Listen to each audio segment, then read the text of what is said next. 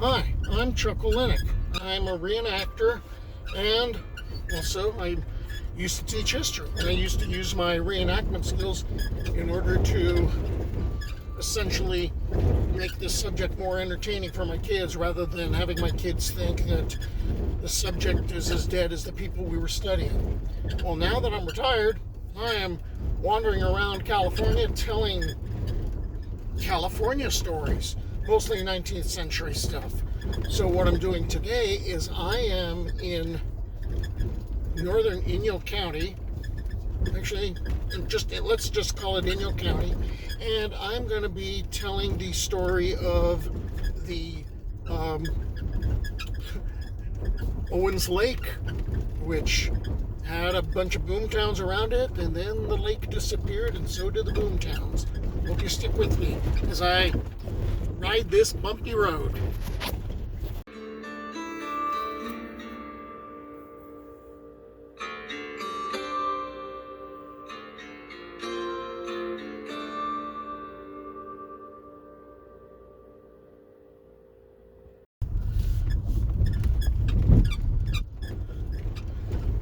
I didn't remember the road being this bumpy.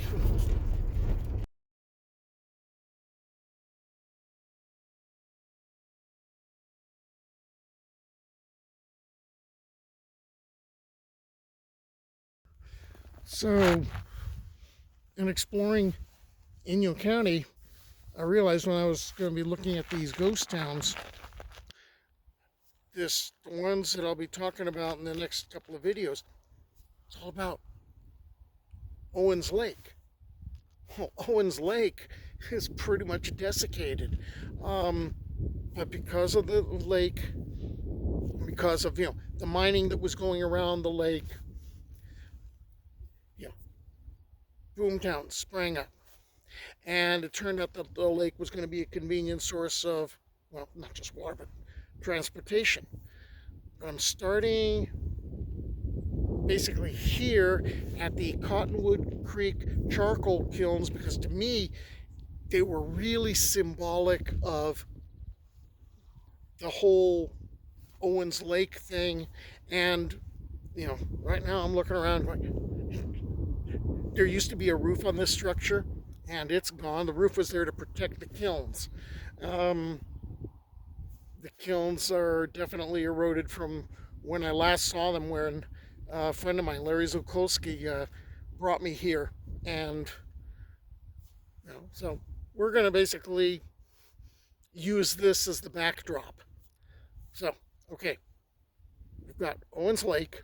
It's going to become a source of water and transportation.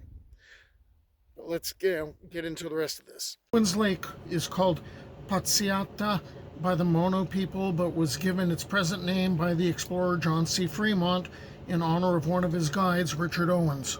At that time, in the 1800s and early 1900s, the depth of the lake varied between 23 to 49 feet, covering an area around 110 square miles, sometimes overflowing into the Mojave Desert, which was plenty deep enough to sail boats on. With all the mining taking place around the lake in the middle of this desert, there were three options for hauling what the mines produced: freight wagons, railroads, boats or ships. Freight wagons had been used, but it would take 3 days to travel around the lake.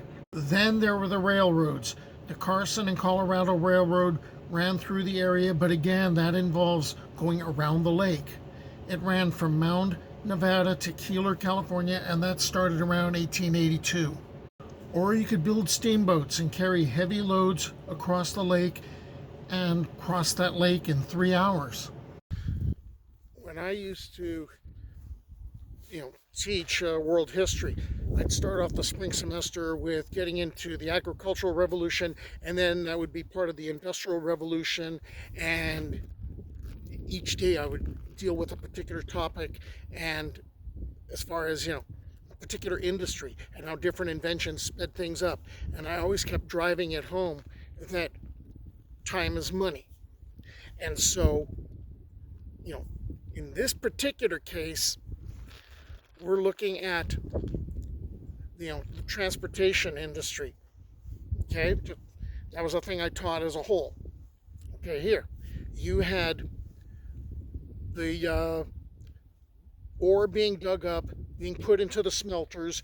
The smelters are supposed to be, they've got to burn at a high temperature to melt off the impurities in order to get the ore. The ore gets, the metal gets turned into ingots, all right? And the ingots are going to have to get shipped.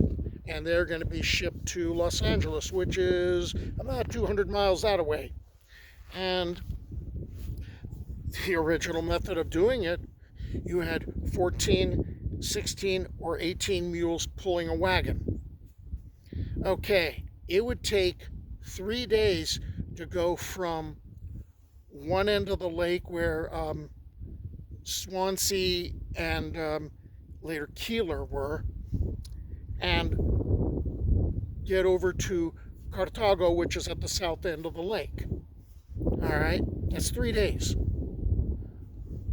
But now you start getting steamships, and there's the there's the steamships. Mollie Stevens was one of them, crossing in 3 hours, and they're carrying all kinds of ingots. And the thing is, they were so efficient that pretty soon there's all these ingots that are piled up on the piers. Oh, I no real fear about people stealing the ingots because they were like 88 pounds or something like that. But they were piling up to such a degree that you had miners building temporary shelters by stacking the ingots together. So, okay, we're going to get into that. The first of the desert steamers, the Bessie Brady, was christened on July 4th, 1872. James Brady had built the town of Swansea on the eastern shore of the lake in 1870. We'll come back to that. And became superintendent of the Owens Lake Silver Lead Company's smelting furnaces. He lived a rather lavish lifestyle which irritated miners, then decided to build a $10,000 steamboat. Some suspected it would become Brady's private yacht, but it paid off. On her maiden voyage on June 27th, she carried 700 bars, or about 30 tons of silver bullion, from the Swansea furnaces to the waiting wagon teams at the foot of the lake. The following week, she was christened and served as the center of attraction at the 4th of July celebration. She still wasn't complete, but she was able to make the point. So we got the Bessie Brady, all right, owned by Brady, who's running Cerro Gordo. And, he's got this $10,000 steamship. And basically, there aren't a whole lot of places to go. Basically, the only other landing was over here around Cottonwood Creek, where these kilns, the charcoal kilns, are. Well, what the owner of the kilns is proposing, and his name was Colonel Sherman Vandervetter Stevens. He's going for the idea of, let's send timber and let's send charcoal over to the mines. So now we got this thriving, two-way business here. And basically the timber was being used to shore up the mines. The charcoal was being used to power the furnaces. Eventually there's going to be another landing built at Cartago, at the south end of the lake, which would be more of a time saver in getting the bullion to Los Angeles. By the way, the bullion was vulnerable. Banditos such as Tiburcio Vasquez used to lie in wait at Robber's Roost near Ridgecrest and rob the wagons bearing silver from Cerro Gordo. Finally, in 1876, when the Southern Pacific Railroad was completed through to Mojave, that point became the southern terminus of the freight lines, and the freighting distance was reduced by over 100 miles. With the continued prosperity attending the development of the mines at Cerro Gordo and Panamint and Darwin and the other districts in the mid-1870s, Sherman Stevens Sawmill on Cottonwood Creek did a thriving business. The company extended the lumber flume from the sawmill to the lake shore, a distance of 9 miles, and the following year they started construction of a new steamer, christened in honor of Stevens' daughter Mollie. The Mollie Stevens made her first voyage across the lake in early June 1877. So now you got two steamers, going back and forth across Owens Lake. Bessie Brady and Mollie Stevens. And that's really great. Business is booming. Guess what? The mines are running out. So now, the two steamboats, they aren't traveling that much. As a matter of fact, I think about a year after the Mollie Brady had been launched, she ended up making only occasional trips across the lake.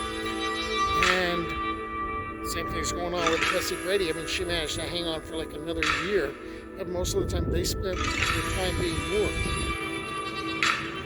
The machinery from the Mollie Stevens was gutted. That was going to be placed on the Bessie Brady, which had no machinery now, but now was going to be pressed into service. End of the Mollie Stevens career. And on May 11th, 1882, the oakum and oil and paint and tar on the Bessie Brady spontaneously ignited, and the Bessie Brady was instantly a blazing inferno. One man was working on her at the time. He barely got out of there as the steamer was quickly consumed before the fire could be extinguished. That ended steamboats on Owens Lake. Eventually, the mines dried up. And that's kind of an unfortunate phrase to use because so did the lake.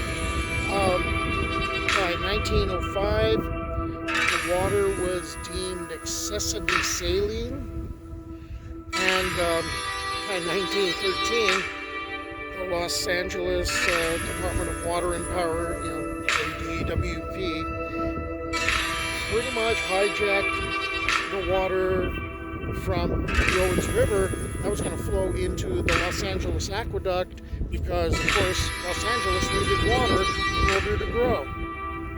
So Los Angeles is going to grow, the LA area is going to grow, but now this lake is going to start drying up and it's going to vanish. And that means that a lot of the people who depended upon the Owens River and the lake for a livelihood, they're out of luck. So that kind of covers Owens Lake, which is a ghost lake surrounded by a bunch of ghost towns. And in the next video, I'm going to go explore the ghost towns. Until next time, bye.